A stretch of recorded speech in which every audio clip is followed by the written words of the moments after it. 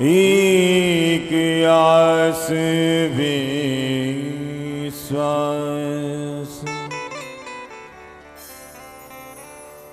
एक राम घने श्याम हित, चातक तुलसीदास,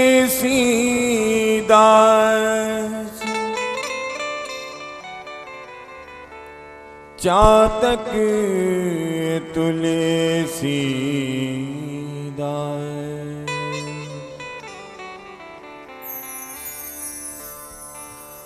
हर एक डगर हर मंजिल पर, हर एक डगर हर मंजिल पर, हर एक डगर हर मंजिल पर,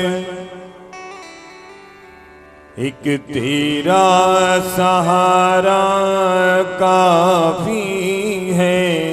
हर एक डगर हर मंजिल पर, एक तेरा सहारा काफी है। मझधार में हूँ या साहिल पर, मझधार में हूँ या साहिल पर, हे राम पुकारा काफी है। हर एक डगर हर मंजिल पर,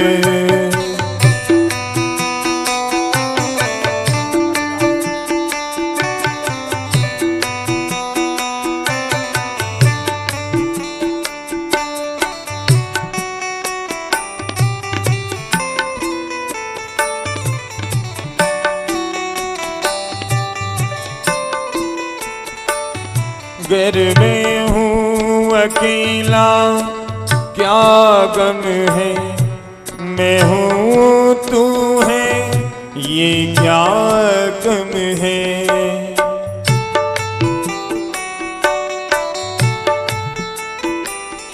घर में हूँ अकेला क्या गम है, मैं हूँ तू है ये क्या कम है। तू साथी है तो किसका डर, तू साथी है तो किसका डर। ये संग हमारा काफी है, तू साथी है तो किसका डर। ये संग हमारा काफी है। मझधार में हूँ या साहिल पर, हे राम पुकारा काफी है। हर एक डगर हर मंजिल पर,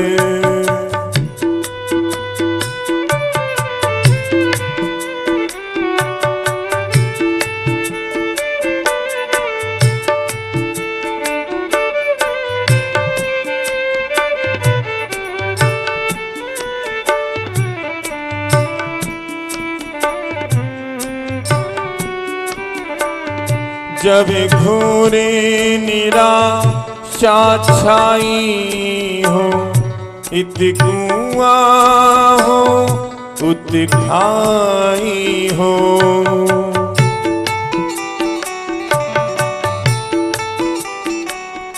जब घोरे निराशा छाई हो, इत कुआं हो उत खाई हो। तर जाऊंगा दुख का सागर, तर जाऊंगा दुख का सागर। तर जाऊंगा दुख का सागर।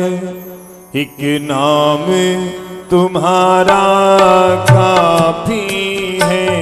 तर जाऊंगा दुख का सागर, एक नाम तुम्हारा काफी है। मझधार में हो या साहिल पर, मझधार में हो या साहिल पर, हे राम पुकारा काफी है। हर एक डगर हर मंजिल पर,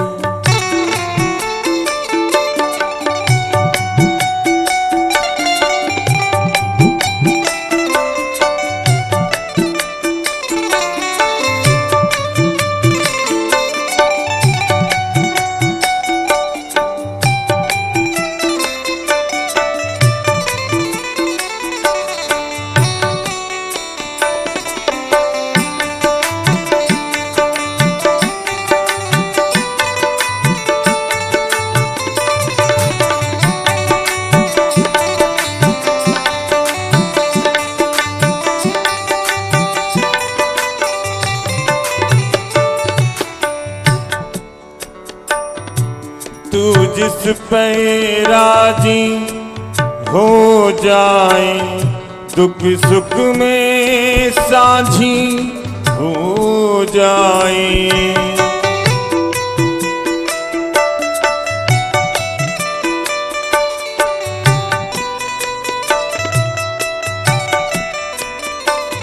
तू जिस पे राजी हो जाए, दुख सुख में साझी हो जाए।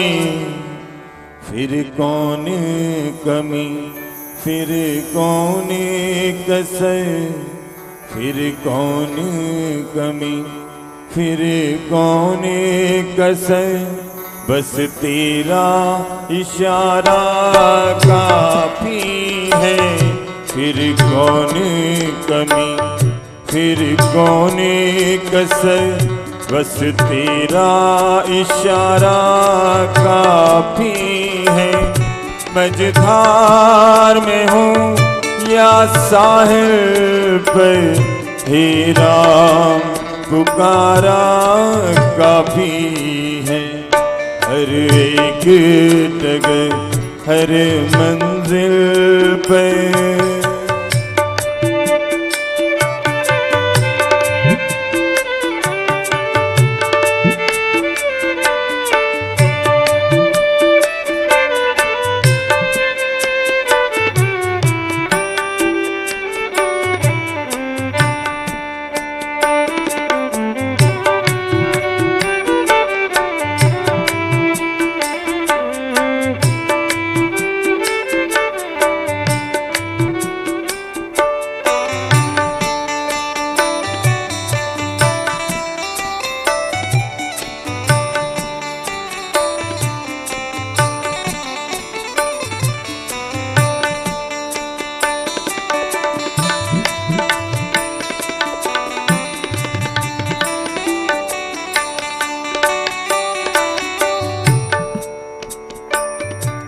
माना में पतित पुरातन हूँ, पर तेरा अंश सनातन हूँ।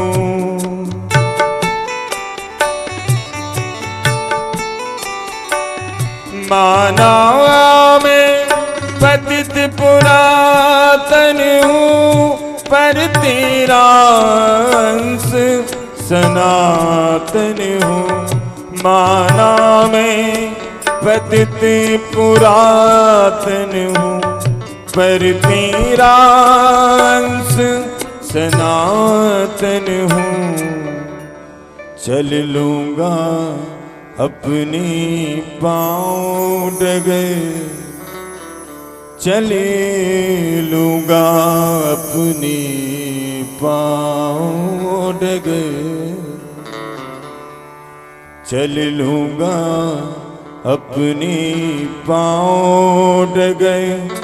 ये सोच हमारा काफी चल लूँगा अपनी पाँव डगर। ये सोच हमारा काफी है, मझधार में हूँ या साहिल पे, मझधार में हूँ या साहिल पे, एक तेरा इशारा काफी है। हर एक डगर हर मंजिल पर, हर एक डगर हर मंजिल पर, हर एक डगर हर मंजिल पर।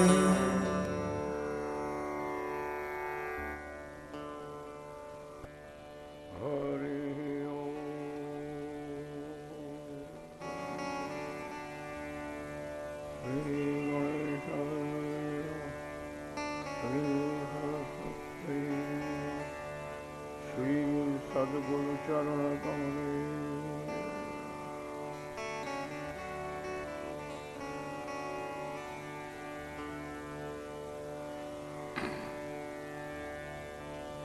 रमानाथो रामो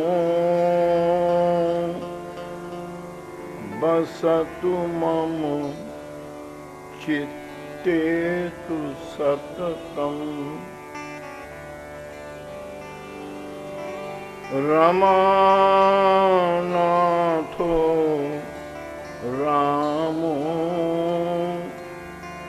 बसतु मम चित्ते तु सततम। रमानाथो रामो बसतु मम चित्ते तु सततम।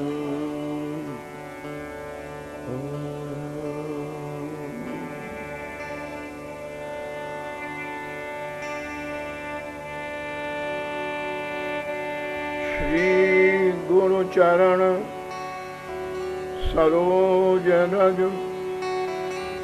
निज मन मुकुर सुधारि। वरणो रघुवर विमल यश, जो दायक फल चारि।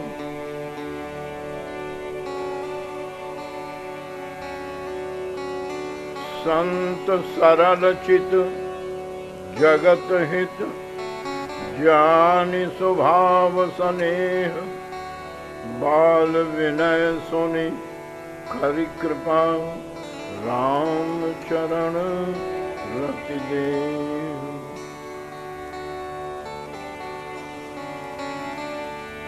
जड़ चेतन जग जीव जत, सकल राममय जानि।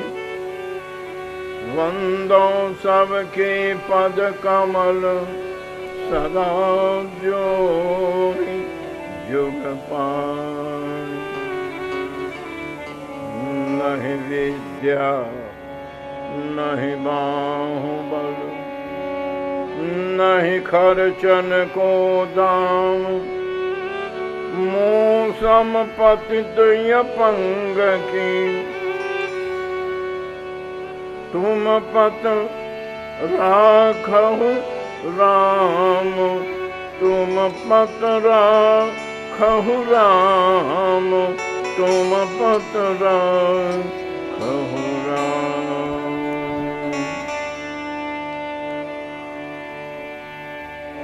सीताराम सीताराम सीताराम कहिए। जाहि विधि राखे राम, ताहि विधि। सीताराम सीताराम सीताराम कहिए। जाहि विधि राखे राम, ताहि विधि रहिए। सीताराम सीताराम सीताराम कहिए। जाहि विधि राखे राम ताहि विधि रहिए। राम सीताराम कहिए जाहि विधि राखे राम ताहि विधि रहिए। सीताराम सीताराम सीताराम कहिए जाहि विधि राखे राम ताहि विधि रहिए। क्या अर्थ है इस पंक्ति का?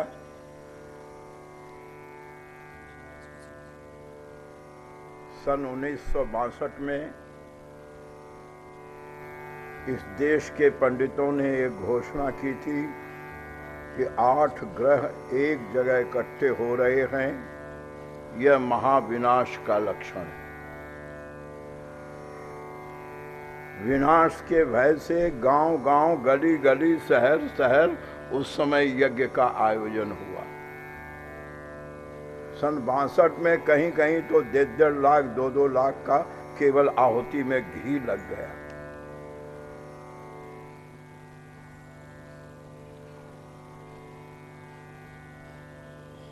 अर्थ क्या है इस लाइन का? सीताराम उस समय स्थिति मेरी ये हो गई थी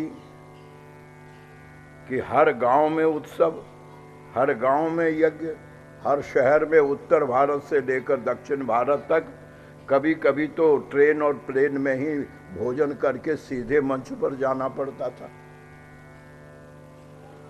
बहुत थक गया। और अष्टग्रही संसार के लिए हो या ना हो, मेरे लिए तो वास्तव में हुआ कुछ ऐसी परिस्थिति आ गई कि मुझे ऐसा पता चला कि अब सिवा मृत्यु को आलिंगन करने के कोई रास्ता नहीं है।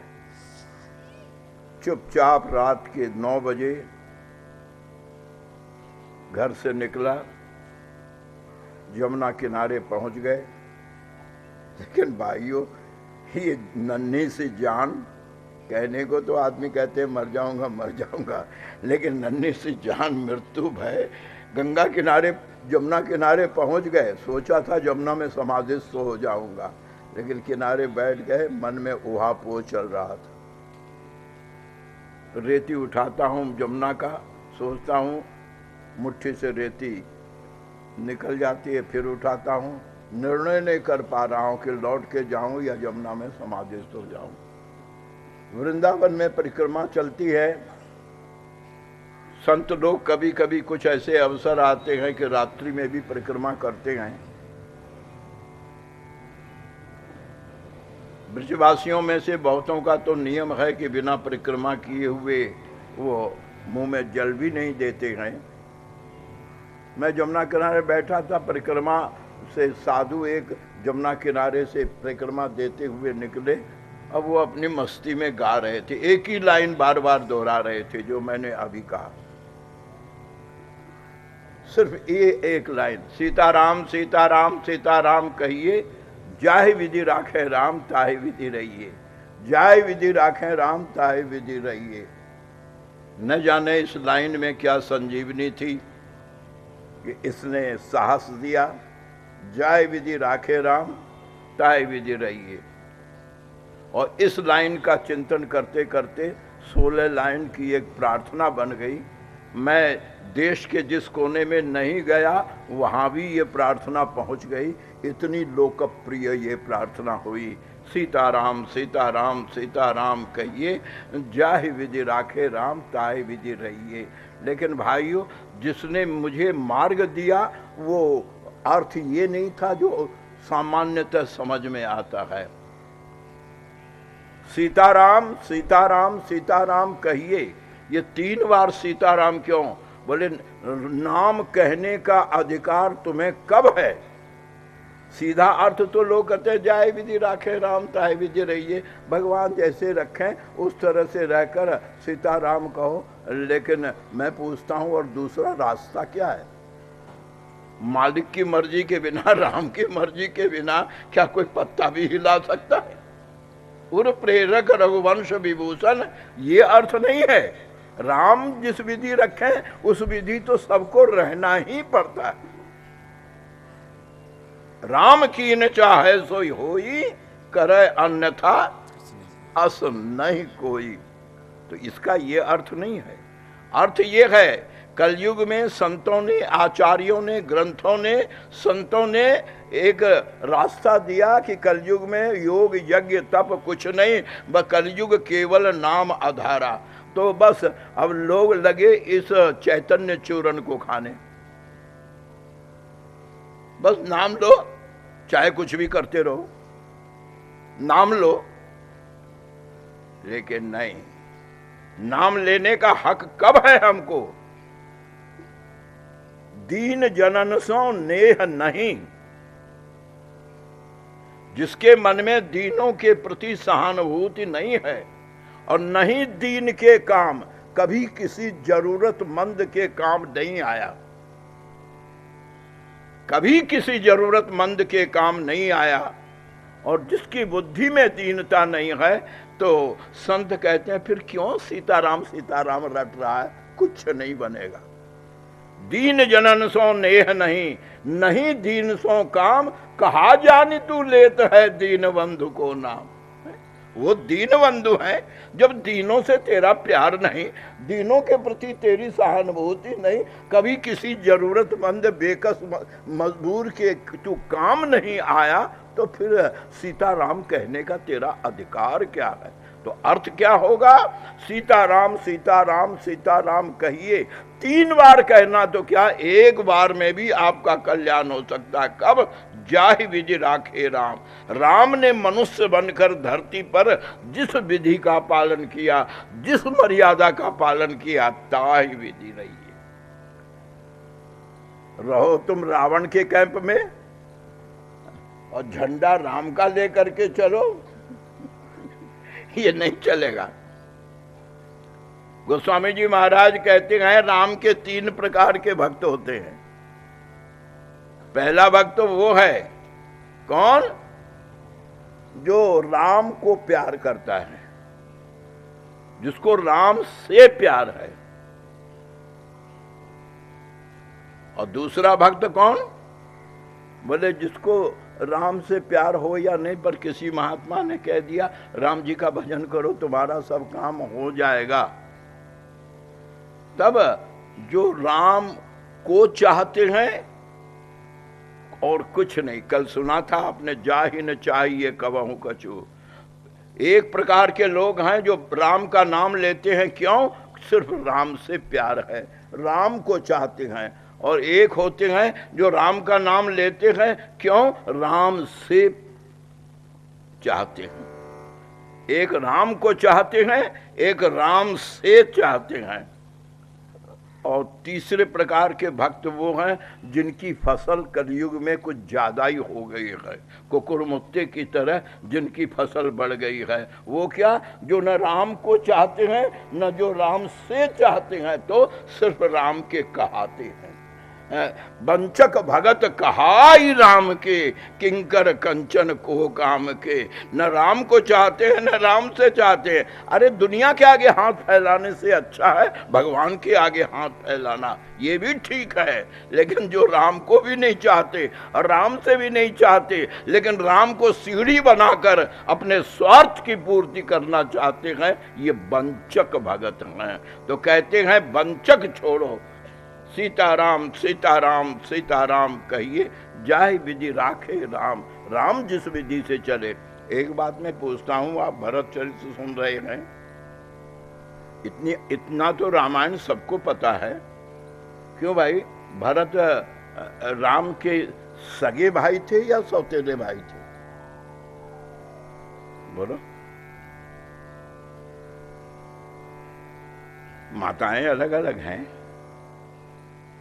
सौतेला वही होता है, माताएं अलग अलग हैं, पिता तो वही है, लेकिन माताएं अलग हैं। तो राम के भरत सौतेले भाई हैं, सगे नहीं।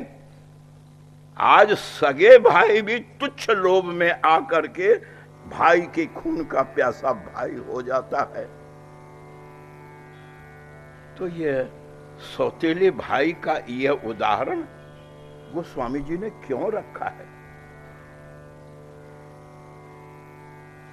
हमें नित्य धर्म पर चलना, गोस्वामी बिंदु जी महाराज ने एक भजन लिखा था, हमें नित्य धर्म पर चलना सिखाती रोज रामायण, हमें सत्कर्म पर चलना सिखाती रोज रामायण। कभी गीता की गंगा में, कभी वेदों के सागर में, कभी भक्ति सरोवर में डुबाती रोज रामायण। रामायण इसलिए नहीं है कि हम केवल गा सुन करके आरती करके अपने कर्तव्य का पालन करें। आप पिछले 8 दिनों से अयोध्या वो घर उजड़ गया जिस घर में चक्रवर्ती धर्मात्मा दशरथ जैसे पिता, कौशल्या केकई सुमित्रा जैसी सद्गुणवती माता, राम लखन भरत शत्रुघ्न जैसे 4 पुत्र, वो घर उजड़ गया। क्यों? व्यवहार।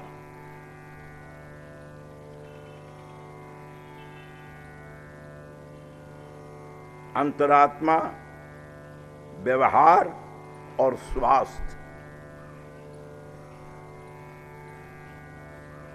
अब लेट जाने दो, भगवान के आगे लेटा है, कोई गलत थोड़ी। ये अभी बचपन में कर रहा है, लेकिन अंतिम निर्णय तो यही है कि प्रभु के सामने पड़ जाओ। ध्यान इधर दो। कल आपने सुना है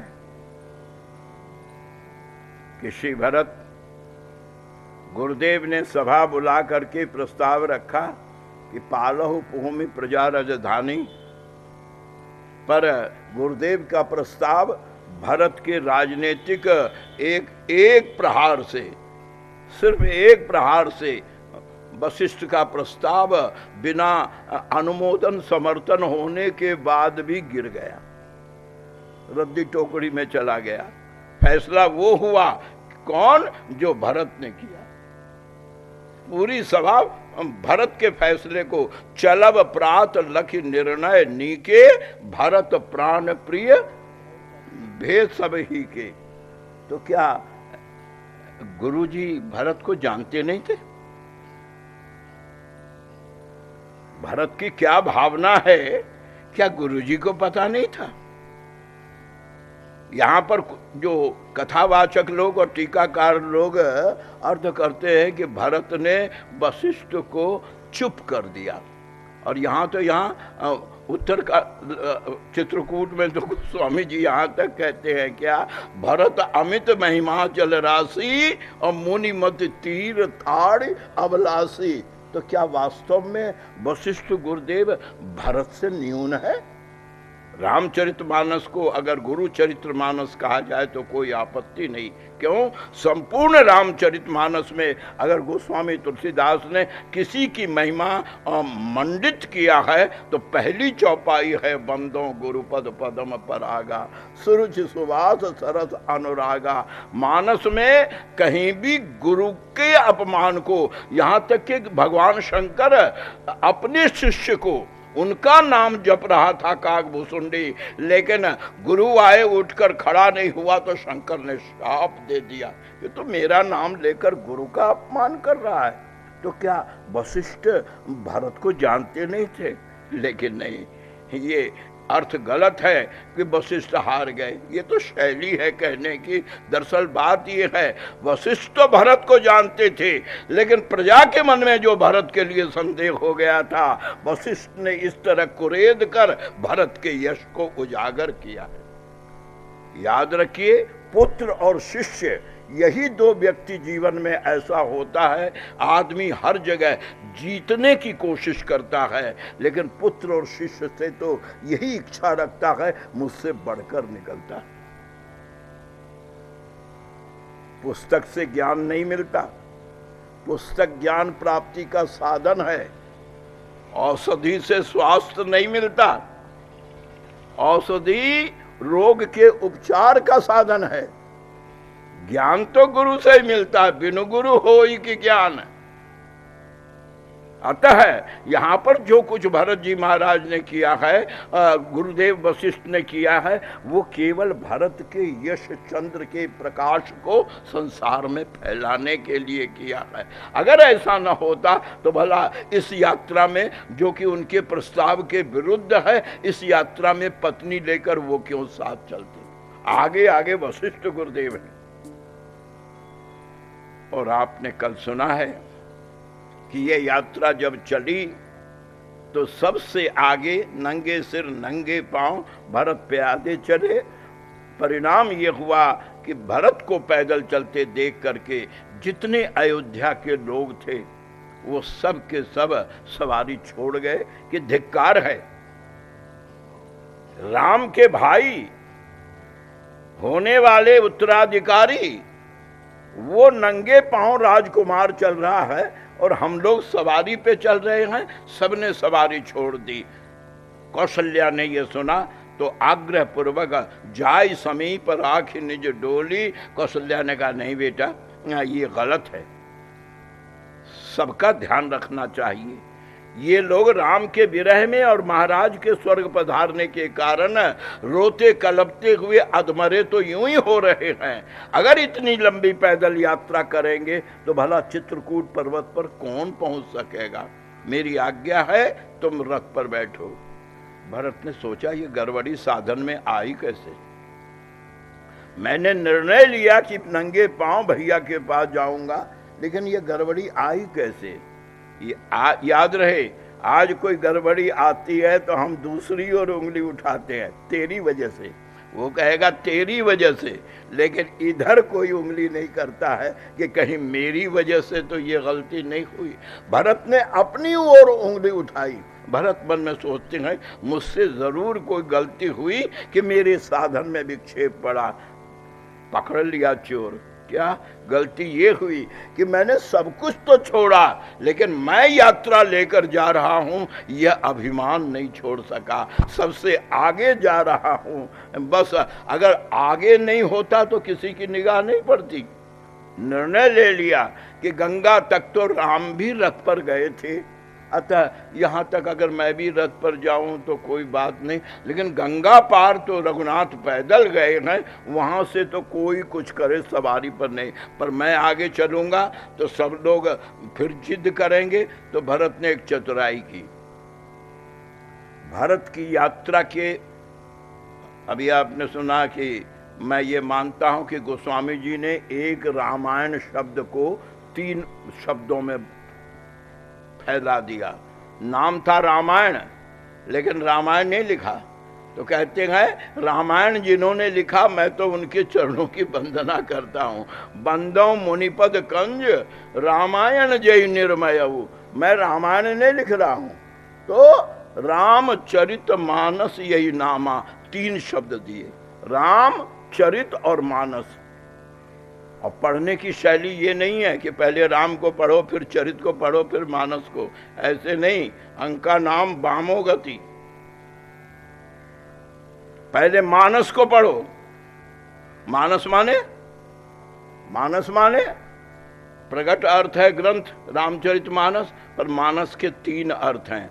मानस माने रामचरित मानस ग्रंथ, मानस माने हृदय, असमानस मानस चक चाही। और मानस का तीसरा अर्थ भी है क्या? हरियाणा जाइए तो वहाँ मनुष्य कोई नहीं बोलता है, अरे भले मानस वो मानस ही बोलते हैं। हरियाणा वाले मनुष्य नहीं बोलते हैं, तो मानस बोलते हैं। तो मानस माने मनुष्य, मानस माने हृदय, और मानस माने रामचरित मानस ग्रंथ। मतलब क्या? राम होते हुए भी ये तो व्याप्त है कि राम है, ये भी व्याप्त है कि सब जगह है।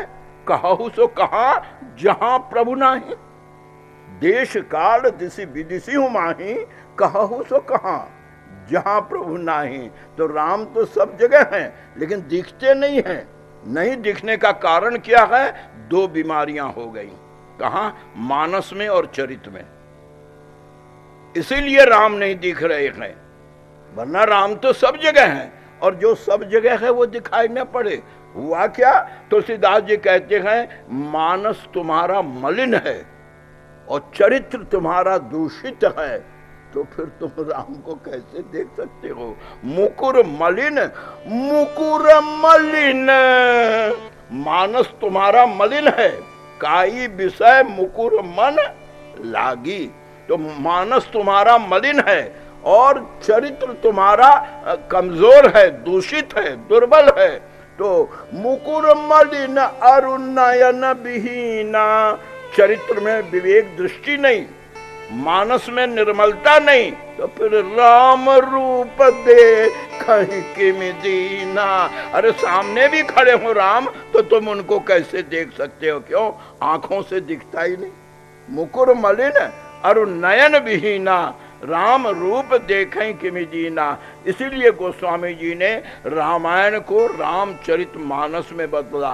क्या? पहले मानस निर्मल करो, चरित्र को शुद्ध करो, तो फिर राम को तलाशना नहीं पड़ेगा। फिर तो जिस तरफ देखो उधर ही दर्श हो श्री राम का, आंख भी मूंदूं तो दिखे मुख कमल घनश्याम का। प्यारे भगवत भक्तों, ये 3 का चक्कर भरत के साथ भी है। भरत यात्रा के भी 3 खंड है। भरत यात्रा का भी 3 टुकड़ा है। तीनों टुकड़े में भरत का मंत्र बदलता है, भरत की भावना बदलती है, भरत के विचार बदलते हैं। मतलब क्या है?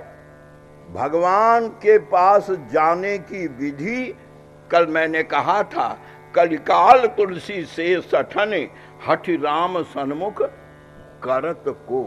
क्यों? शरणागति का भाव अगर कहीं से हमें सीखने को मिलता है तो वो भरत भैया हैं।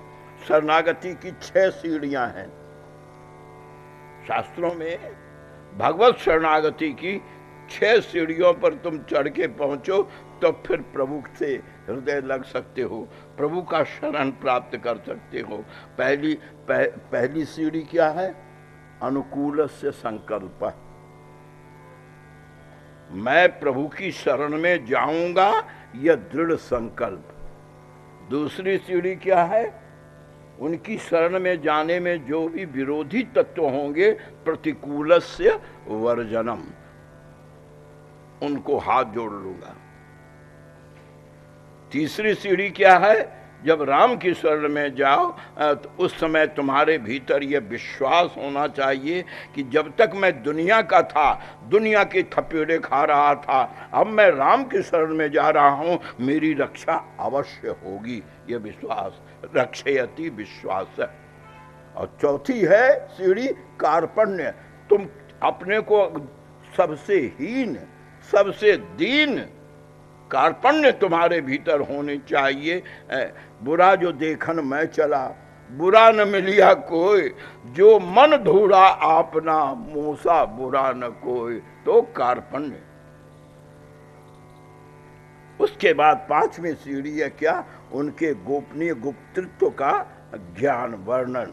मैं जिसके पास जा रहा हूं वो क्या है, मैं जिसकी शरण में जा रहा हूं वो क्या कर सकता है। और अंतिम है क्या? समर्पण। लेकिन शास्त्र के इस मार्ग को भरत ने संशोधित किया। राम के पास जाने का संकल्प बाद में लिया।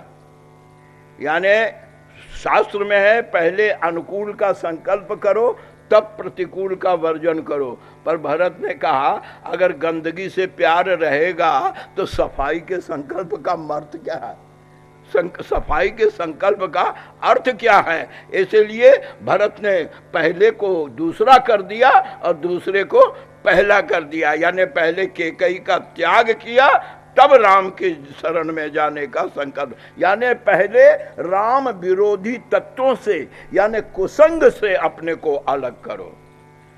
अगर तुम राम की शरण में जाने का संकल्प लेते हो और कुसंग से समझौता करते हो, गंदगी से समझौता करते हो, तो तुम्हारे संकल्प का कोई अर्थ नहीं है। इसलिए पहले प्रतिकूल का वर्जन करो, भरत भैया ने या एक बात और बताऊं, भगवान राम जब अवतार लेते हैं तो पतितों के लिए, दीनों के लिए, दुखियों के लिए, तो जितने भक्त हैं मानस में सबके पास राम गए। सबके पास राम गए, लेकिन केवल 3 हैं ऐसे मानस में जिनको राम के पास जाना पड़ा। केवट के पास राम गए, शबरी के पास राम गए, गीध के पास राम गए, संतों के पास राम गए, लेकिन 3 हैं मानस में जिनके पास राम नहीं गए, उनको राम के पास आना पड़ा। क्यों? जो निष्काम थे उनके पास तो राम गए, लेकिन जिनके मन में कोई इच्छा थी, कोई मनोरथ है, कोई कामना है, उनको तो फिर हाजिरी लगानी पड़ी, उनको तो दरखास्त देनी पड़ी। बिना कोर्ट में दरखास्त दिए तो कार्रवाई हो नहीं सकती है। तो ध्यान दीजिए, प्रारंभ में विश्वामित्र, अब बीच में भरत और अंत में विभीषण, ये तीनों के तीनों को जाना पड़ा। तीनों टॉप हैं। केवट के पास राम गए, शबरी के पास राम गए, लेकिन विश्वामित्र को गयो भूप दरबार। भरत जी आप सुन रहे हैं, सबको लेकर राम के पास जा रहे हैं। अब विभीषण भी रावण की लात खा करके जब चला तो राम के पास पहुंचा। क्यों? गोस्वामी जी कहते तीनों में मनोरथ है। तीनों अपनी अपनी इच्छा लेकर राम के पास जा रहे हैं। विश्वामित्र का क्या है मनोरथ? यही विधि करत मनोरथ, क्या? हरि बिनु मरहिन निश्चर पापी। भरत का क्या मनोरथ है?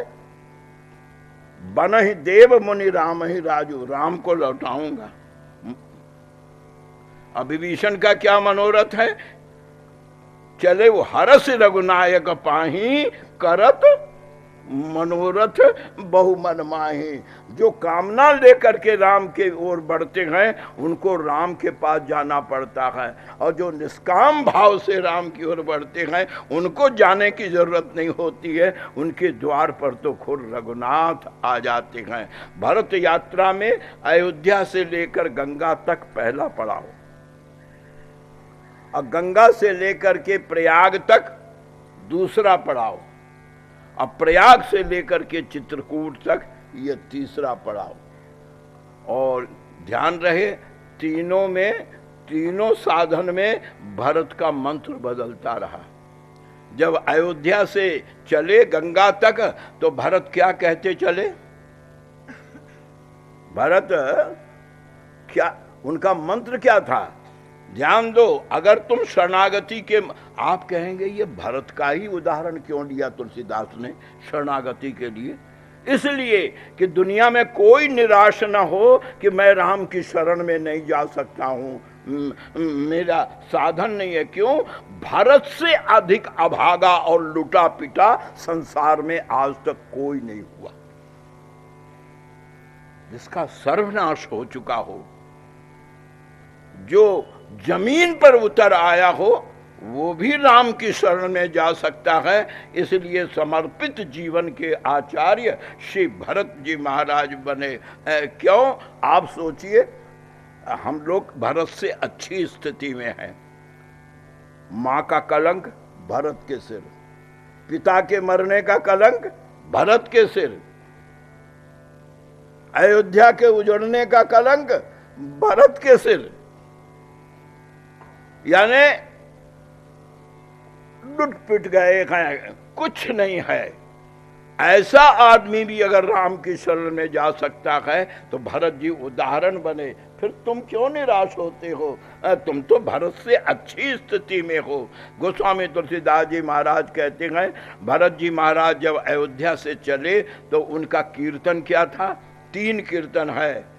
गंगा तक दूसरा, गंगा से लेकर के प्रयाग तक दूसरा, और प्रयाग से चित्रकूट तक दूसरा। जब शरणागति में शुरू में चलो तो आपको 3 लेकर चलना पड़ेगा। बिना तीनों को लिए आप राम की ओर नहीं बढ़ सकते हैं। कौन? भरत कहते हैं कि शोक समाज, जब सारा समाज शोक में डूबा हुआ हो, उस समय मैं क्या राज्य करूं? उस समय मेरे लिए राज्य का क्या मूल्य है? तो भरत कहते हैं शोक समाज राज बिनु के ही लेखे। जब सारा समाज शोक में डूबा हुआ है, उस समय मेरे लिए राज्य का अर्थ क्या है, मेरे लिए मूल्य क्या है? बोले तब, बोले शोक समाज राज के ही लेखे, लखन राम सिया बिनु पद दे। शोक समाज राज के ही लेखे, लखन राम सिया बिनु पद देखे। सुख समाज राज के ही लेखे, सुख समाज राज के ही लेखे, लखन राम सिय बिनु पद देखे। लखन राम सिय बिनु पद देखे। आपने सुना अयोध्या से चले तो 3 का नाम लेकर के चल रहे हैं। भरत का कीर्तन क्या है? कहते हैं बंदो राम लखन बैदेही, बंदो राम लखन बैदेही, बंदो राम लखन बैदेही, राम लखन बैदेही। हमको तो राम से मिलना है, ये 3 का क्या काम है? बोले बिना 3 के राम से मिल नहीं सकोगे। वैदेही कौन? भक्ति। लखन कौन? आचार्य, रामानुज जीवाचार्य। तो प्रारंभ में साधक को भक्ति के पथ पर आचार्य के संरक्षण में राम की ओर बढ़ना है। तो शुरू में भरत का कीर्तन है बंदो राम लखन वैदेही, इसी को विशिष्टाद्वैत कहते हैं। यानी भक्ति के पथ पर आचार्य के निर्देशन में अगर राम प्राप्ति को बढ़ोगे तो निश्चित रूप से राम की प्राप्ति होगी। तो शरणागति के प्रथम खंड में भक्त का कीर्तन क्या होना चाहिए कि वंदो राम लखन बैदेही, जे तुलसी के परम स्नेही, जे तुलसी के परम स्नेही। बंदो राम लखन बैदेही, बंदो राम लखन बैदेही।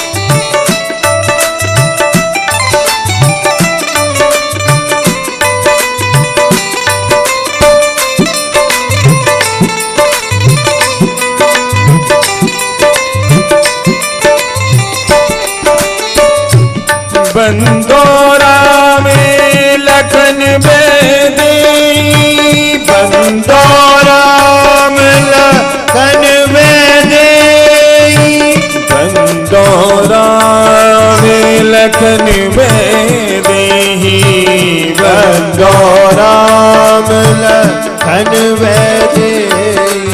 बंदो राम लखन बैदेही, बंदो राम लखन बैदेही। बंदो राम लखन बैदेही। प्यारे भक्तों, श्रद्धामयी देवियों, राम लखन वैदेही, राम लखन वैदेही करते हुए श्री भरत गंगा तक पहुंचे। यहाँ भरत की पहली परीक्षा तो वशिष्ठ ने दरबार में ली, अब ये भरत की दूसरी परीक्षा है गंगा तट। निषाद राज ने जब ये सुना कैकेयी नंदन भरत अपार सेना लेकर राम की ओर, चित्रकूट की ओर बढ़ रहे हैं। आप सुन चुके हैं केवट संवाद में कि ये निषाद राज को प्रभु ने गंगा की लहरों की कसम खाकर अपना मित्र बनाया था, राम सखा। यह तो राम लाई उरली ने। तो मित्र का धर्म क्या है? निषाद ने जैसे सुना कि भरत चतुरंगनी सेना लेकर के राम की ओर बढ़ रहे हैं, निषाद के मन में आया क्या, कैकेयी के गर्भ से तो ऐसा ही उम्मीद करना चाहिए था। राज पाके भी संतोष नहीं हुआ, सोचते हैं 14 वर्ष के बाद कहीं राम आकर अपना हक न मांगे, इसलिए अकेला राम को जंगल में देखकर सेना सहित जाकर उन्हें संपूर्ण नष्ट करके अकंटक राज्य करना चाहते हैं। ये विचार आते ही निषाद ने अपने लोगों को संकेत दिया कि बजा दो ढोल। ये जंगलियों का एक कायदा है, जब उनको कोई आवश्यक मीटिंग करनी होती है ना, तो उनका नगाड़ा, जो जंगलियों का राजा होता है, उसके द्वार पर बहुत बड़ा नगाड़ा रखा रहता है। वो नगाड़े में बहुत चोट मारी जाती है जिससे गांव वाले सुन लें, और सारे गांव वाले इकट्ठे हो जाते हैं जिसके पास जो शस्त्र होता है लेकर। क्यों? राजा ने बुलाया है तो जरूर कोई आपत्ति है। सब के सब निषाद आकर इकट्ठे हुए। निषाद राज से कहते हैं, क्या बात है, आपने क्यों बुलाया? बोले भाई बात ये है क्या, पहली बार आर्यों ने, बड़ा ध्यान से सुनना, पहली बार आर्यों ने हम पर भरोसा किया है। राम ने मुझे अपना मित्र बनाया है।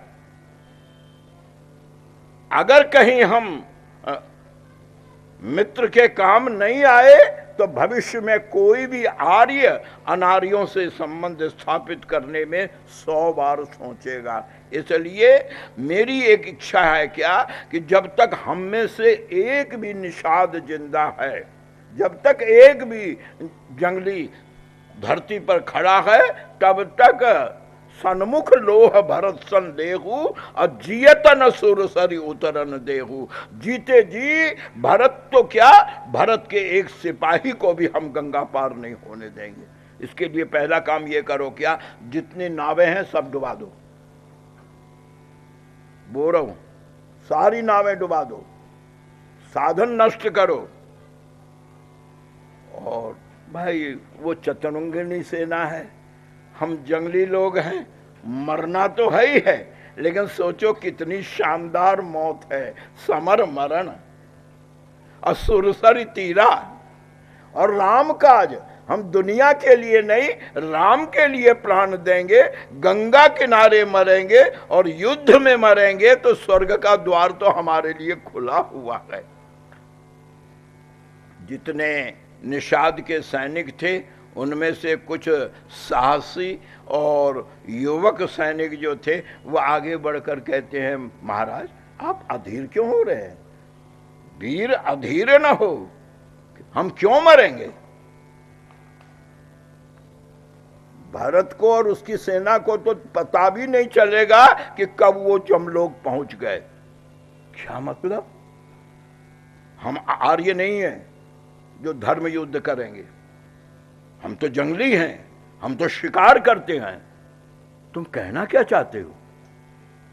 तो हम ये चाहते हैं कि हम सब के सब मार्ग के जितने पेड़ हैं उन सब के सब पेड़ों पर छिप जाएं, डालों की झुरमुट में हम सब छिप जाएं, और जैसे सेना हमारी जद में आए उन्हें पता तो तब चले जब उनकी छाती पे बाण लग चुका होगा।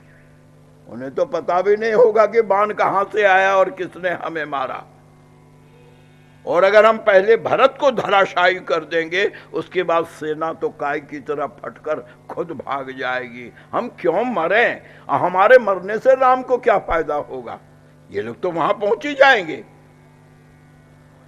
ने कहा, अरे ये तो तुमने बिल्कुल ठीक कहा। एक काम करो, क्या सबके सब अपनी पोजीशन ले लो, अपनी जगह पहुंच जाओ, और जब ढोल की चोट सुनाई पड़े चला देना बाण। बोले आप? बोले ना, मैं छिप के प्रहार नहीं करूंगा। जो राम विरोधी है, जिसने मेरे मित्र पर उंगली उठाई है, उस हाथ को मैं खुद काटूंगा। मैं तो सामने लड़ूंगा, मैं तो भरत से दो दो हाथ करूंगा, उन्हें बताऊंगा कि राम अकेले नहीं है जंगल में। लेकिन मंजूर मंजूर सब जितने सैनिक थे निषाद के, सब मार्ग के वृक्षों पर डालियों में छिप छिप करके भगवान न जाने क्या होता, सब बैठ गए, इंतजार कर रहे हैं कि निषाद राज आगे बढ़ेंगे, उसके पहले ढोल पर चोट दे देंगे। निषाद ने कवच पहना। ये युद्ध अगर हो जाता तो ब्रह्मा भी इसका परिणाम नहीं बता सकते थे। क्यों? दोनों का कवच एक है। निषाद का भी वही कवच है और भरत का भी वही कवच है। निषाद सुमिर राम पद पंकज पनही, भांति बांध चढ़ाए से धनही। निषाद का कवच क्या है? राम के चरणों की पनही यानी पादुका, सुमिर राम। और भरत का कवच क्या है? मोरे शरण राम की पनही। अब दोनों ही राम की पनही वाले अगर टकरा जाते तो निर्णय ब्रह्मा भी नहीं बता सकते थे कि क्या निर्णय होता। क्यों? दोनों राम के लिए, दोनों राम के। लेकिन वाह, जैसे ही निषाद तैयार हुआ, उसने ढोल वाले को इशारा कर दिया, बजाओ ढोल, सेना जद में आ चुकी है, बजाओ। जैसे ही निषाद ने कहा बजाओ ढोलू, और ढोल वाले ने अपना हाथ ऊपर उठाया, ढोल पर चोट देना ही चाहता था कि गोस्वामी जी महाराज कहते हैं एक दुर्घटना घट गई। दुर्घटना क्या है? तो भगवत कृपा हो गई। क्या? जैसे निषाद ने कहा बजाओ जुझारू डोलू। जुझारू माने युद्ध का संकेत दे दो। और जैसे निषाद ने कहा, इतना कहत छींक बही बाएं, बाईं ओर कोई छींक पड़ा। ये पढ़े लिखे लोग तो नहीं विचार करते हैं, लेकिन ये जंगली लोग इन बातों को ज्यादा मानते हैं। बहुत जरूरी काम में जा रहे हों और उनकी दृष्टि से अगर कोई अपशगुन हो जाए ना, कितना ही जरूरी काम हो, लौट जाएंगे। ये शगुनों को बहुत मानते हैं, अंधविश्वासी होते हैं। प्रभु ने रोकने का तरीका देखिए, लक्ष्मण को रोका आकाशवाणी से। लक्ष्मण भी भरत से लड़ने को तैयार, आकाशवाणी से। क्यों? अगर छींक छाक होता तो लक्ष्मण नहीं मानने वाले थे। लेकिन ये तो बेचारे जंगली लोग थे, छींक होते, इतना कहा तो छींक भाई बाएं, निषाद रुक गया। सेना में निषाद के यहाँ जो सगुन विचारने वाले लोग थे कि इस छींक का क्या असर है, निषाद ने उनको इशारा किया। वो 5 थे, 4 नौजवान और उनका जो नेता था वो वृद्ध था। पांचों सगुन वाले बैठ गए, धरती पर कंकड़ी से लकीर खींचने लगे। खींचते खींचते खींचते खींचते खींचते खींचते निषाद ने देखा, वो लोग जब अपना गिनती निकाल चुके तो जितने 4 नौजवान थे उन्होंने कहा बस मजा आ गया। क्यों? युद्ध के समय अगर बाईं ओर छींक हो तो विजय अपने हाथ में है, हम जीतेंगे। इतना कहत छींक भई बाएं, कहे उस सगुनियन खेत सुहाए, मैदान हमारे हाथ में रहेगा। लेकिन निषाद ने निर्णय नहीं लिया। देखो, कहने को जंगली है पर हम लोगों को शिक्षा लेनी चाहिए। हम पढ़े लिखे हैं, सभ्य हैं। 5 में से 4 का मत हो गया। क्या? कि युद्ध में विजय अपनी है। बाईं ओर का छींक युद्ध में विजय का द्योतक है। लेकिन निषाद ने कदम नहीं उठाया। क्यों? निषाद देख रहा है वो बूढ़ा जो था वो अभी भी गिनती कर रहा था। गिनती करते करते करते करते उसने अपनी कंकड़ी जमीन में रख दी और चुप हो गया। निषाद ने कहा, क्यों आप चुप हैं? आपका क्या निर्णय है? उस बूढ़े ने कहा, महाराज अब मैं अपना निर्णय क्या बता सकता हूँ, क्यों, बहुमत 4-4 का निर्णय हो चुका है। अगर मेरा निर्णय हो भी तो 4 के मुकाबले में 1 को कौन पूछेगा? प्रभु बोले, नहीं, 4 हो या 40 हो, हम अपने बुजुर्ग का आदर नहीं छोड़ सकते। आप बोलिए कि आपकी गिनती में क्या आया। तो बूढ़े ने हाथ जोड़कर कहा, महाराज मेरी सगुन में तो कुछ दूसरा आया है। क्या? युद्ध होगा ही नहीं। ये जो नौजवानों ने कहा मैदान हाथ में रहेगा, मतलब ये युद्ध होगा ही। क्या मतलब? युद्ध नहीं होगा? बोले नहीं, तो भरत ही मिलिए, भरत से हमारी दोस्ती होगी। दोस्ती? हाँ, न हो है रारी, युद्ध का कोई संकेत नहीं है। अब ध्यान दीजिए, 4 नौजवानों का मत है कि मैदान हमारे हाथ है, और एक बूढ़े का मत है क्या? ये आज जो दुर्दशा हो रही है ना, प्रजातंत्र के नाम पर जो मूर्खता चल रही है, अरे गोली मार दो, लेकिन सत्य कहने में नहीं चूकूंगा। ये प्रजातंत्र नहीं है, ये मूर्ख तंत्र है। बहुमत, मैं आपसे पूछता हूं, बहुमत कभी बुद्धिमानों का संसार में हुआ? 40 बुद्धिमान मत दे कि ऐसा हो, और 40 ने मत दिया कि ऐसा ना हो। इतने में एक रिक्शा वाला आया, एक वोट डाल गया, 41 हो गया उसका। बेवकूफों की बात रह गई, बुद्धिमानों की बात कट गई। तो ये तो मूर्ख तंत्र है। बहुमत भी कोई मत होता है? एक परिवार में 10 आदमी होते हैं, बोलो कितना परिवार को लेकर चलता है? 1 या 2 व्यक्ति होते हैं कमाने वाले, बाकी तो सब साथ में खाने वाले होते हैं। तो ये तो तय है कि समाज में बहुमत कभी बुद्धिमानों का हो ही नहीं सकता। तो ये सरकार तो मूर्खों की चल रही है, ये तो मूर्ख तंत्र है।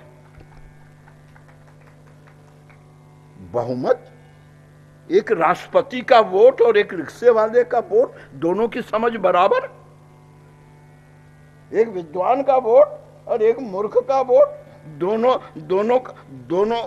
का मत बराबर, गिनती में दोनों बराबर। ये अंधेर नगरी चौपट राजा की स्थिति कहने को प्रजातंत्र कहते हैं, लेकिन याद रखो, जो इसके विरुद्ध आवाज उठाना चाहता है उसके लिए ये प्रजातंत्र नहीं, सजातंत्र बन जाता है। किसी न किसी तरह से उसको जेल में भेज ही देते।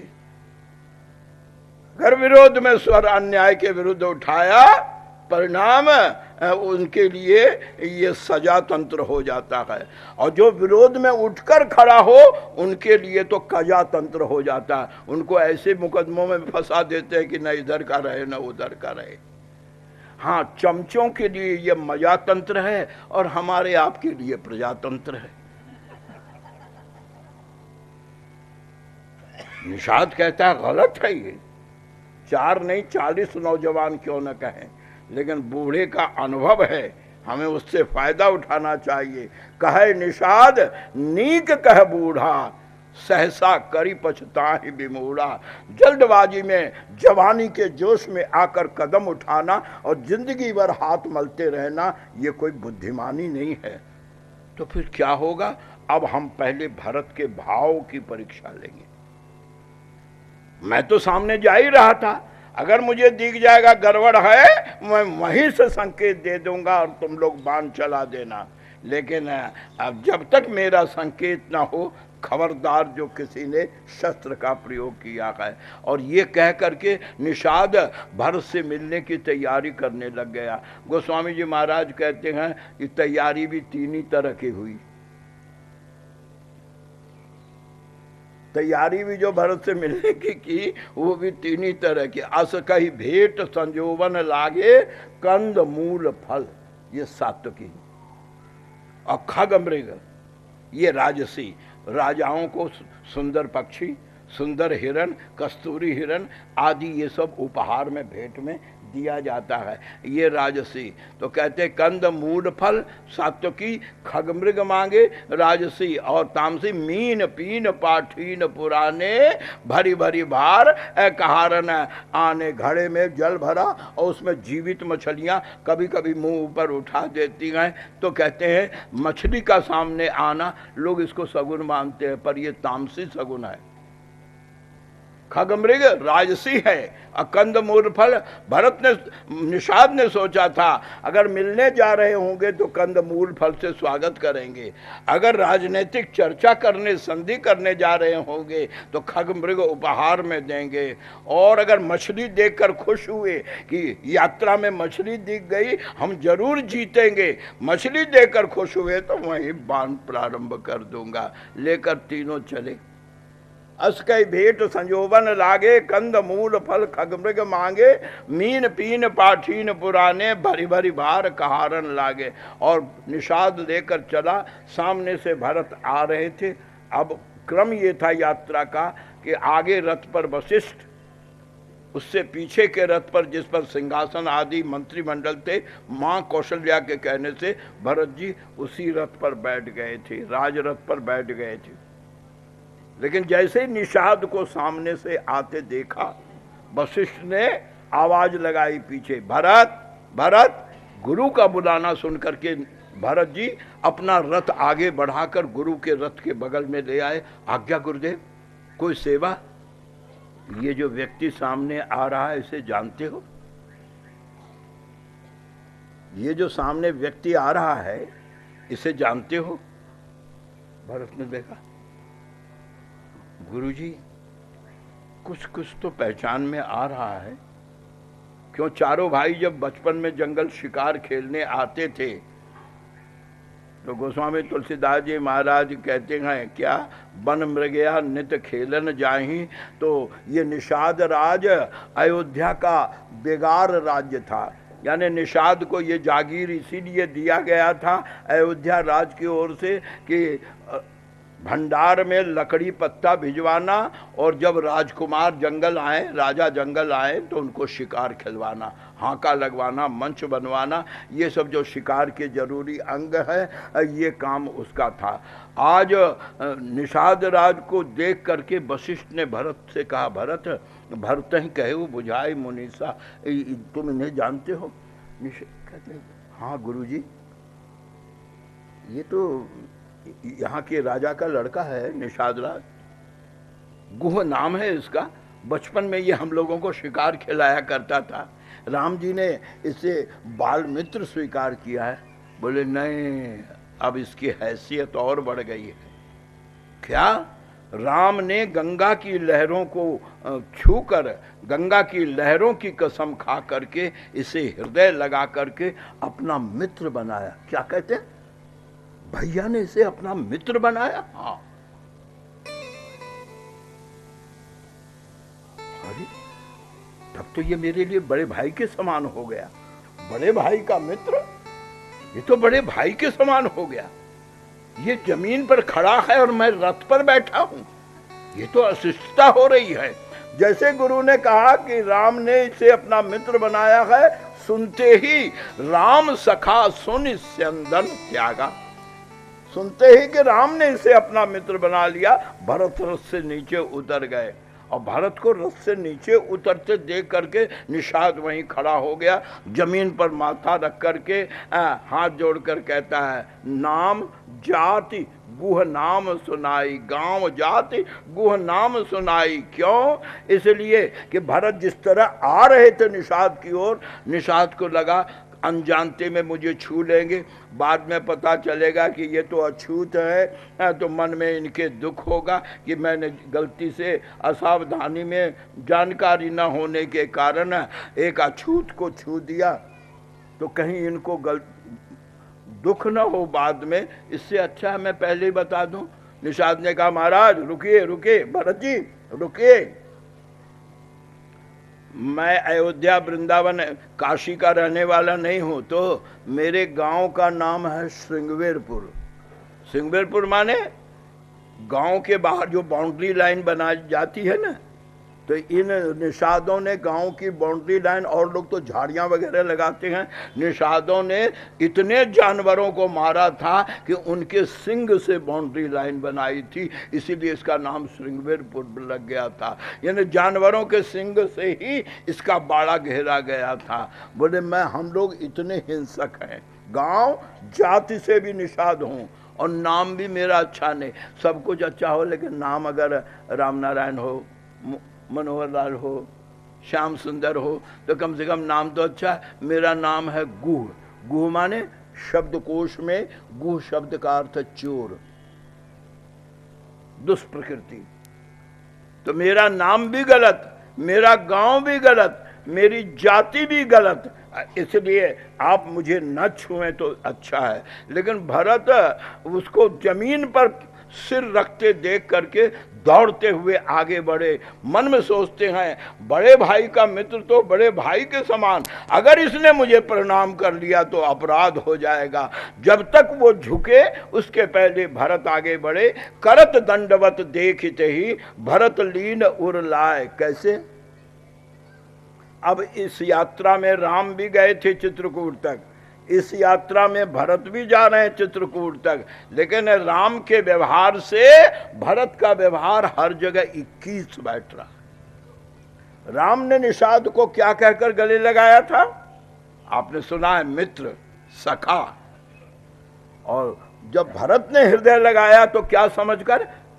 दोस्त में तो फिर भी दूरी रह जाती है, लेकिन भरत मित्र समझकर गले नहीं लगाते हैं निषाद को। तो करत दंडवत देखते ही भरत लीन उरलाय। कैसे? मनहु लखन ते भेंट भई सगे भाई।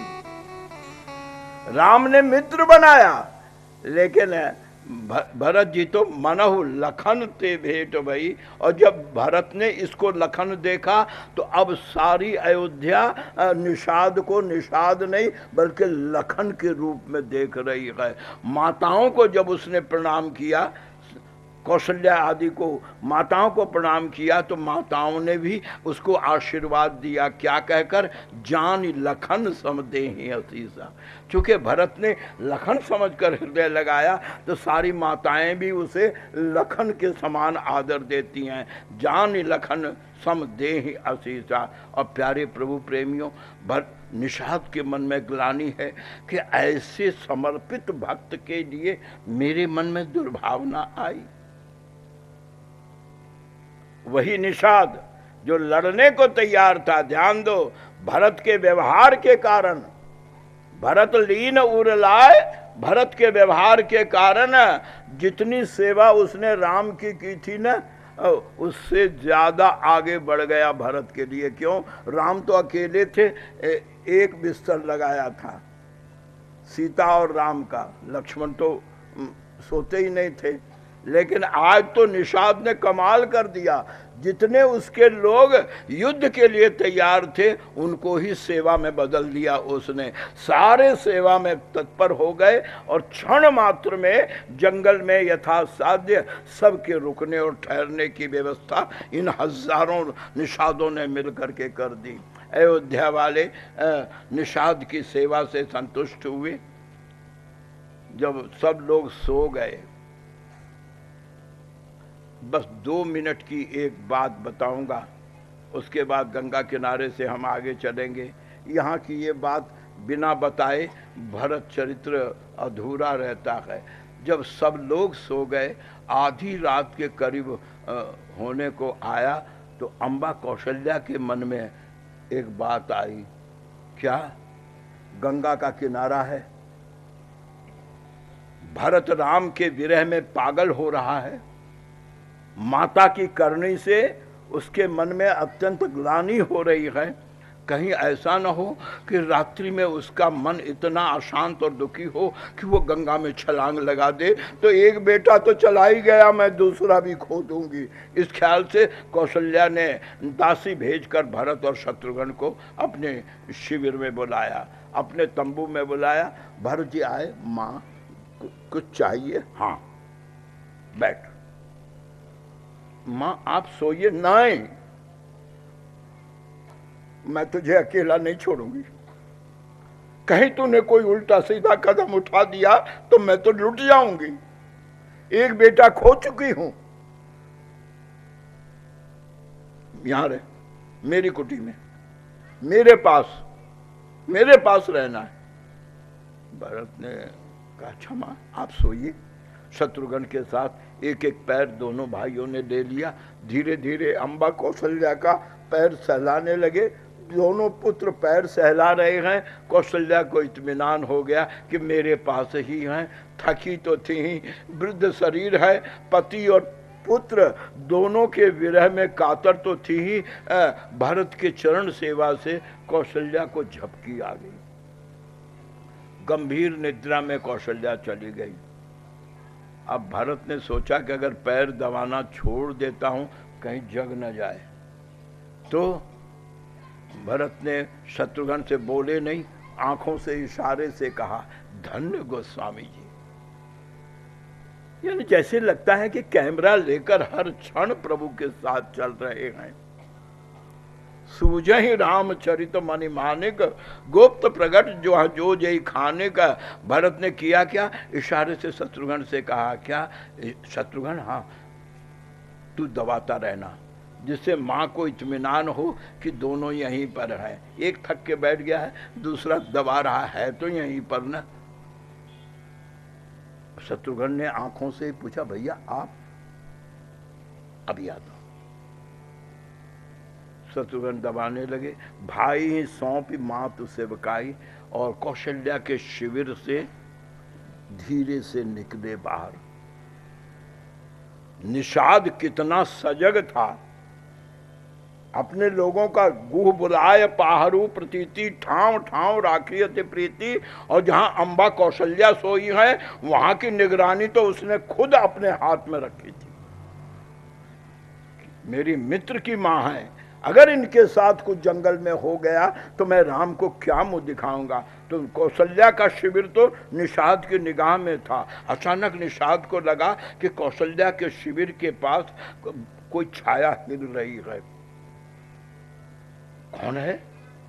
निषाद तीर की तरह दौड़ते हुए पहुंचा और पहुंच करके हाथ पकड़। कौन?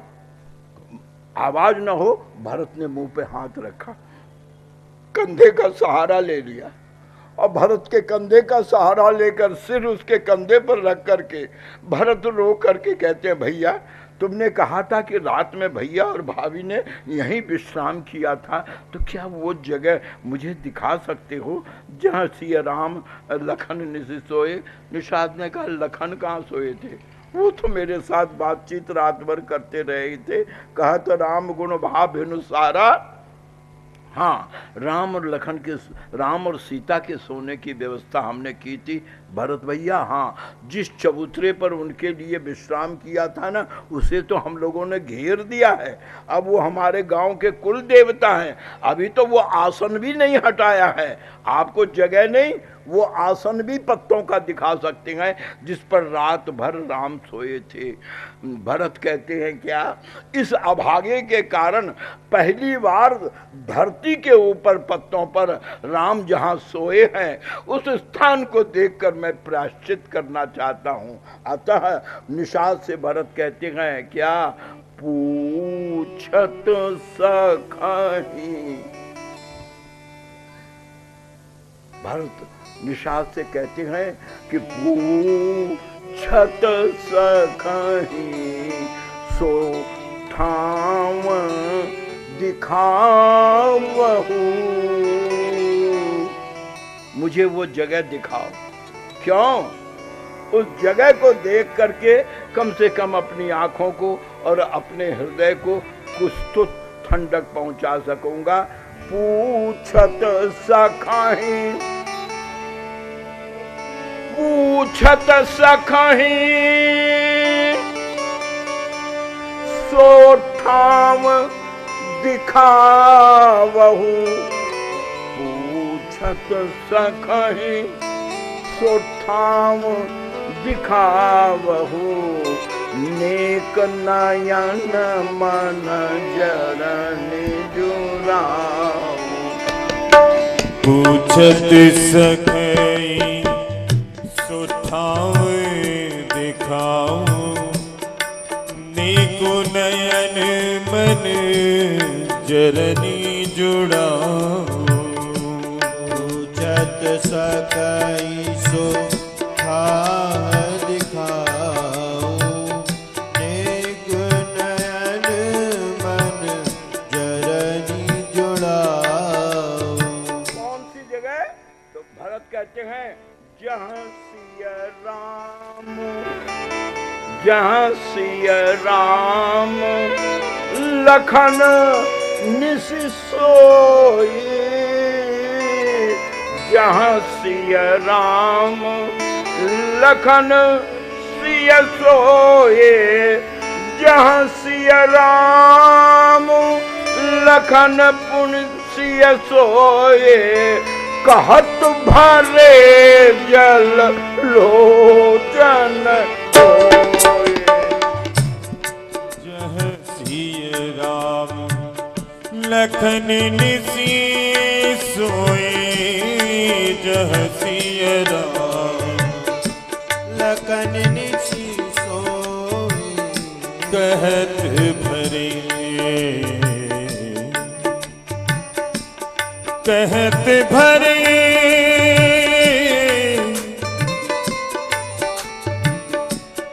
कहत भरे,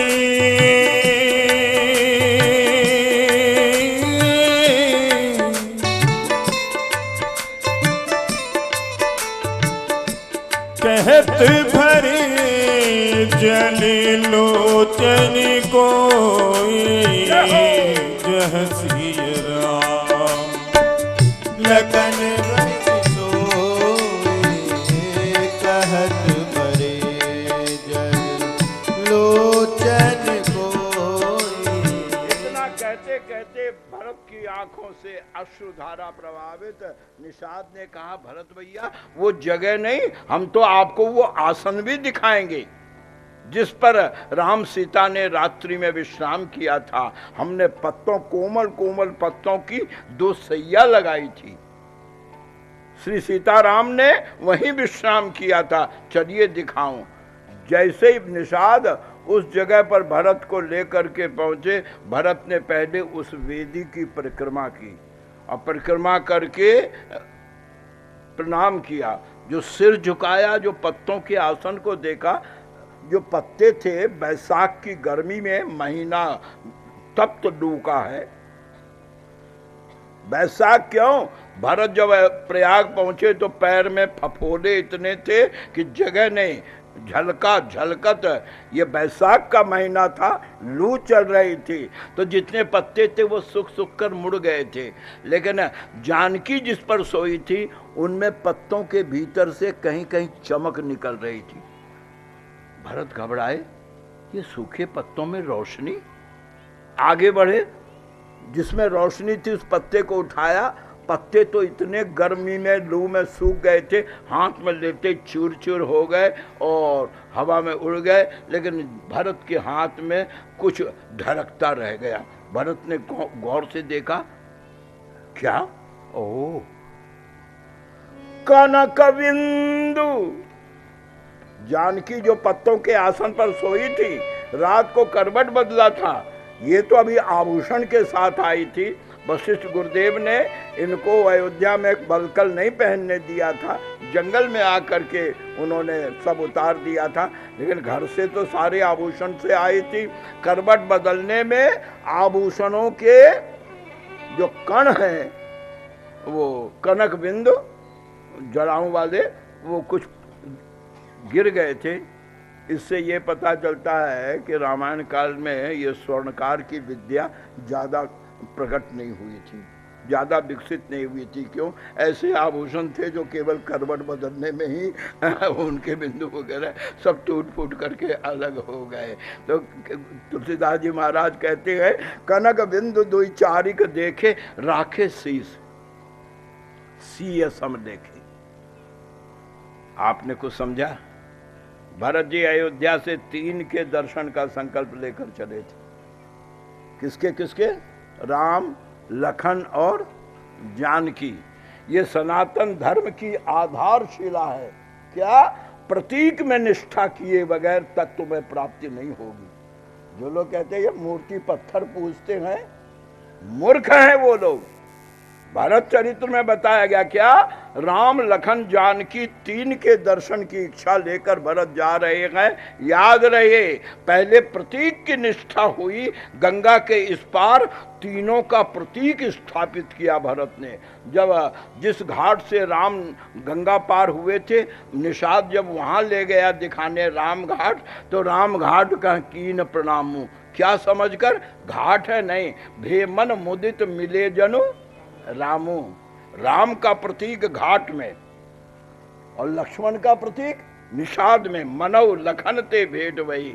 और जानकी का प्रतीक कनक बिंदु दुई चारिक देखे, राखे शीस सिंह सम लेखे। जिनको देखना चाहते थे पहले उनके प्रतीक में निष्ठा करो। हम मूर्ति की पूजा नहीं करते हैं। क्या कभी कोई विद्वान मूर्ति के आगे खड़े होकर ये मंत्र बोलते हैं, हे मूर्ति महाराज आप जयपुर मकराने के खान से निकाले गए और जयपुर के कलाकारों ने आपको बनाया और अमुक ने आपको प्रतिष्ठित किया, ऐसा मंत्र बोलते हैं क्या? मूर्ति तो प्रतीक है, मंत्र तो सारे प्रभु के होते हैं। सिद्धांत ये है, सनातन धर्म का मूल सिद्धांत है कि तत्व की प्राप्ति के पहले तुम्हें उसके प्रतीक में निष्ठा करनी ही पड़ेगी। और प्यारे प्रभु प्रेमियों, निषाद भरत को रोते देखकर कहता है, महाराज धैर्य रखिए, राम से मिलते ही आपके सारे दुख दूर हो जाएंगे। और एक बात कहूं, हम कुछ दिन राम के साथ रहे, दिन भर तो चलते थे, दिन रात में जहां भी वो बैठते थे लेटते थे तो बस आपकी चर्चा के सिवा और कोई चर्चा करते ही नहीं थे। राम ही तुम प्रिय राम ही, आप चिंता मत कीजिए। शायद से कहते हैं भरत की क्या चिंता न करो, उनसे मिल भी सकूंगा। क्यों? इतनी, राम तो अकेले गए तो गंगा पार हो गए नाव पर, लेकिन मैं तो पूरा शहर लेकर जा रहा हूं। नावें जितनी है उस हिसाब से अगर इनको गंगा पार किया जाएगा तो 1.5 महीना तो पार होने में लग जाएगा। निषाद राज ने कहा, आप क्यों फिक्र करते हैं, मैं हूं ना। क्या मतलब? आप सोइए, अब आप नहीं सोएंगे तब तो मैं कुछ नहीं कर सकूंगा। आप विश्राम कीजिए, प्रातः काल अगर आपकी सारी प्रजा, सारी सेना और आप गंगा के पार नहाना चाहें तो मैं व्यवस्था कर दूंगा। उस पार? हां, कैसे? ये तो बड़े बड़े राजा नहीं कर सकते कि सारे शहर को आधी रात हो चुकी है, बोले ये मुझ पर छोड़िए। हाँ, शर्त यही है कि आप विश्राम करेंगे तभी मैं कुछ कर सकूंगा। भरत चौंकी, ये कैसे कर देगा? सारा शहर एक बार में पार कर देगा, ये कैसे संभव होगा? निषाद की बात मानकर भरत विश्राम करते गए। और निषाद ने किया क्या, तुरंत अपने लोगों को इकट्ठा करके जहां तक उसका राज्य था, दोनों तरफ, राम घाट के दोनों तरफ जहां तक राज्य था, हर घाट पर नावें थी। निषाद ने रात रात में संदेशा भेजा क्या कि जल्दी से जल्दी हमारी जितने घाटों पर जितने नाव छोटी बड़ी हैं सब यहां आनी चाहिए। पर उनसे होगा क्या? कोई कुछ समझ नहीं पा रहा था। लेकिन जब सब नावें इकट्ठी हो गई तो निषाद राज ने अपने उन लोगों को जो समर के समय काम आते थे उनसे कहा, क्या नाव से नहीं पार करना है तो छोटी बड़ी जहां जो जरूरत हो लगा करके एक पुल तैयार कर दो। नाव के आज भी पीपों का पुल बनता है, स्थायी पुल बनता है, पुल तैयार कर दो। प्रातः काल जब भरत उठे, निषाद ने कहा चलिए उस पार ही नहाएंगे। भरत ने देखा, हृदय लगाकर कहते कमाल कर दिया तुमने। बड़े बड़े राजा जो हिम्मत नहीं कर सकते हैं, तुमने जंगली प्रात पार भय एक ही खेवा, एक बार में सारे सबको, क्योंकि अब तो चल के जाना था पुल पर, अस्थायी पुल पर सारी सेना सब चल करके उस पार पहुंच गए। अब भरत जी अब ध्यान देना, यात्रा का दूसरा पड़ाव गंगा तट से प्रयाग तक। भरत ने सोचा अब अगर सवारी पर जाता हूं तो अपराध, क्योंकि यहां से तो भैया भी पैदल गए, लेकिन लोग मानेंगे नहीं। तो भरत ने एक चतुराई की, कभी कभी साधन में करना पड़ता है और ये क्षम्य है, क्योंकि उद्देश्य उज्जवल है। क्या किया भरत ने? भरत जी इस पार उतर करके खुद न नहाते हैं न नित्य कर्म करते हैं, तो घूम रहे हैं घाट पर। क्यों भाई, आप नहा चुके? जल्दी कीजिए, देर हो रही है। हाँ नहाते, सब लोग नहाने में जुट गए। भरत जी सबके पास, आप नहा चुके? आप नहा चुके? गुरु ने कहा सब नहा चुके, अब तुम नहाओ तो सही। जब तक तुम स्नान नहीं करोगे यात्रा कैसे चलेगी? भरत जी कहते हैं गुरु जी मैं तो सबकी व्यवस्था में लगा रहा, अभी तो मैंने मुंह भी नहीं धोया है, नहाऊंगा, पूजा करूंगा, नित्य नेम करूंगा, बेकार में धूप हो जाएगी, सबको तकलीफ होगी। बोले तो मैं एक काम करता हूं, निषाद राज को और शत्रुघ्न को नेतृत्व के लिए, निषाद राज को मार्गदर्शन के लिए आपके साथ भेज देता हूं। आप सब लोगों को चलिए, अपने लिए एक घोड़ा और 2 कर्मचारी रख देता हूं, एक मेरी सेवा को और एक घोड़े की सेवा को, 2 कोतल रख लेता हूं। मैं स्नान करके पूजन करके घोड़े पर तुरंत घंटे भर में आपसे आकर के मिलता हूं। राम दर्शन की जल्दबाजी में, आतुरता में सबने कहा ठीक तो है, जब घोड़ा रख लिया है तो आएंगे ही आएंगे। तब सब के सब वशिष्ठ के साथ सब चले गए। जो 2 सेवक बच गए थे उन्होंने स्नान के बाद का कपड़ा जो भरत का सेवक था लेकर तैयार है कि स्नान करेंगे तो वस्त्र बदलने को देंगे। पर कहाँ का स्नान, कहाँ का मुंह धोना। भरत एकटक जाते हुए लोगों को देख रहे हैं। जब धूल भी उड़नी बंद हो गई, अब धूल भी नहीं उड़ती दिखाई पड़ रही है, तो भरत समझ गए कि अब सब काफी दूर निकल गए।